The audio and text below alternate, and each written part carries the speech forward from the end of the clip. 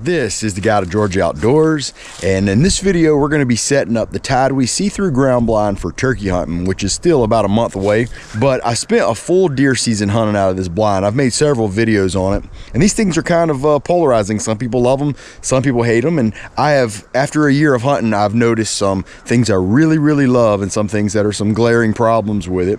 But I'm going to answer some of the top questions I get a little later in the video. But right now I'm going to take you to the blind I set up and point out probably one of the biggest flaws I see with ground blind hunting. I don't know if it's specific to the TideWe See Through ground blind, but in ground blind hunting in general. This is my ground blind after one season of hunting, and it really held up good until we had a snowstorm, and then all that snow was packed on the roof and caved it in, and this is what I found. And then all the snow melted, and then additional rain, and I have a pool of water right there. So I'm hoping that when I get in there and try to drain some of that water out, that I didn't break any of the support and structure of this ground blind. There's a lot of tension on that baby right there. So I'm hoping that that is just kind of caved it in, and I can straighten it out. But that's just one of the issues of hunting with ground blinds, and we are replacing it with the box blind right there, courtesy of my buddy Justin with Southern Carport some more over in Vidalia. And so that's just a side thing right there. But right now we're going to see what the damage was on my ground blind, then we'll answer some questions and get it set up.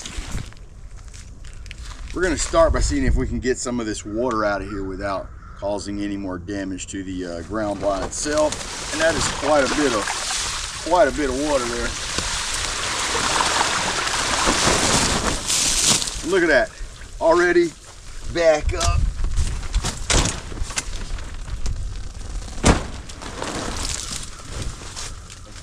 All I did was dump the water out, and the ground blind literally jumped itself back up. It doesn't appear, just looking, that anything's broken. We'll kind of give it a look around. I gotta say, I know there's several companies that make these see-through ground blinds, but this TideWe one is pretty solid, and I love the space in there. I'm gonna go ahead and pull up a few of these stakes. We're gonna use them. We're gonna reset this up in just a few minutes. Pretty interesting. I think by far the number one question I get asked was, can you see a heater through it? Now, to be honest, in South Georgia, we don't hunt with heaters a whole lot, but I do keep one occasionally. So we're gonna test it and see if you can see a heater. We're gonna get this baby, there it is. We're gonna get it lit up and get it red hot while we're taking a few things out of the ground blind. And then we're gonna set it in there and see if you can indeed see it through the ground blind. All right, we've got the heater hot, and you cannot see it through there. And it is good and red hot. Now, disregard seeing through there because I have the back door open.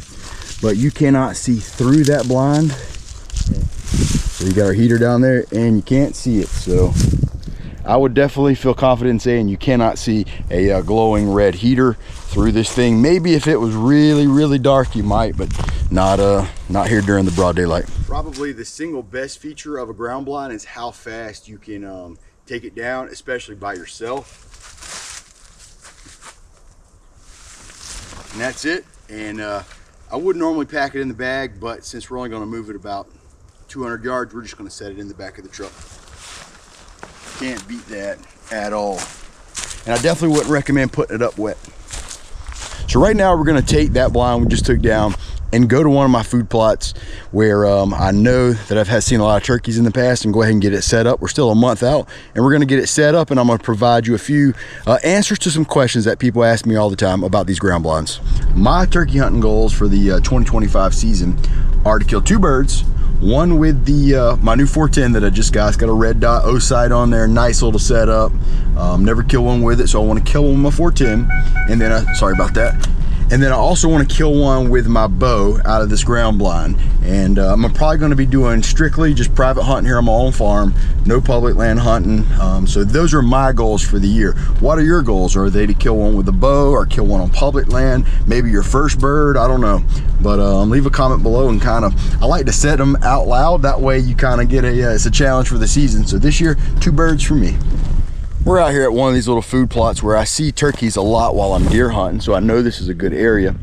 And the good thing about being able to scout and set up your ground blinds in advance is I know that the sun comes up from that direction, so it's from the east, and so if I put my ground blind on the west side of the food plot, that sun's going to come up and be right in my face, and the turkeys may be able to see me a little bit better. So I like to set my ground blind on a different direction where that sun's not hitting you right in the face, and that just kind of creates a little bit better shadow in that ground blind.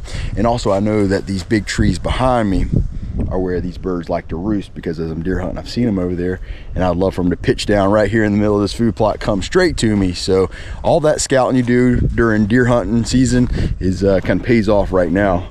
And see that afternoon sun's right there. So over there, if I hunt here in the afternoon, may not be the best spot. I'm thinking somewhere over here, kind of back behind this this oak tree, provide me a little bit of extra protection. I really doubt turkeys are going to come up from behind me right here. And if they do come, I do believe they're going to be coming from the pines over there, out of the trees where they roost. Over here, I may have to sneak in here really quiet in the morning, but I think this would be a good setup right here. It is easy to set up, but this is a big ground blind.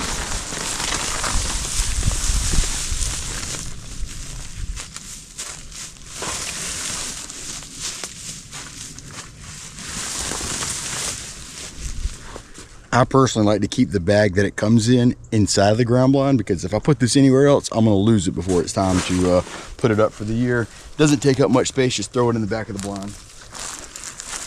Don't forget to get in here and go ahead and rake some of these leaves out the way, because they make a lot of noise, and you don't want that to be the reason you stink up a trophy turkey.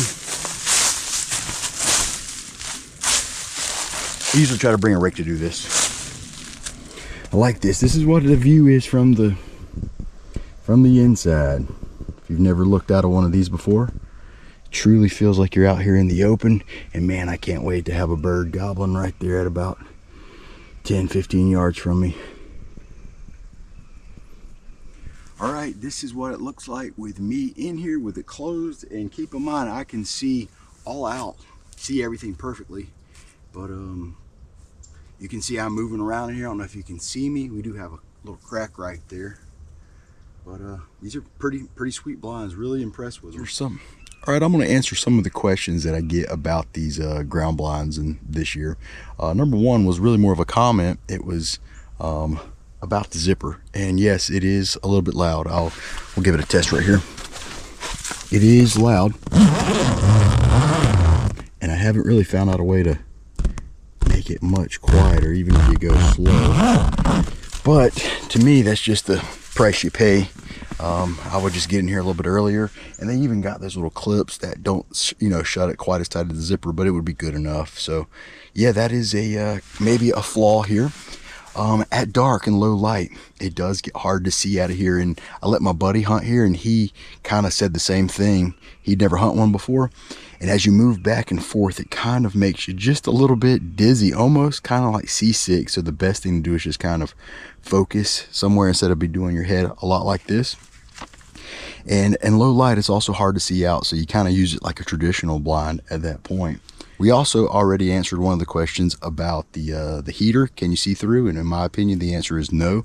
Rarely use heaters here in South Georgia just because it doesn't get cold during the season. One question was, how does it do when it rains? And these blinds have little small holes, and when it rains, the water kind of fills those holes in, and it's really hard to see. In fact, you can't see out of it when it rains, and you kind of have to bump it a little bit to get the rain off of it. And one of the last questions I got was, can you camp in it? And that is a very arbitrary question, and I think it's kind of interesting. And the answer would be sure, but I don't know yet. I haven't done it. Maybe as the season goes on. You can comment below if you'd like to see this. If I have a bird roosted nearby, maybe I'll just come in here and spend the night and be ready for him the next morning. That would make for an interesting video. So yeah, I think you can stay in here. You stay dry when it rains, and you could just come in here and spend the night and be ready for the hunt the next morning. So who knows, we may try that out in a future video. One last thing that may or may not be worth pointing out, I just noticed, is being out here for a season, these things kind of curled up right there.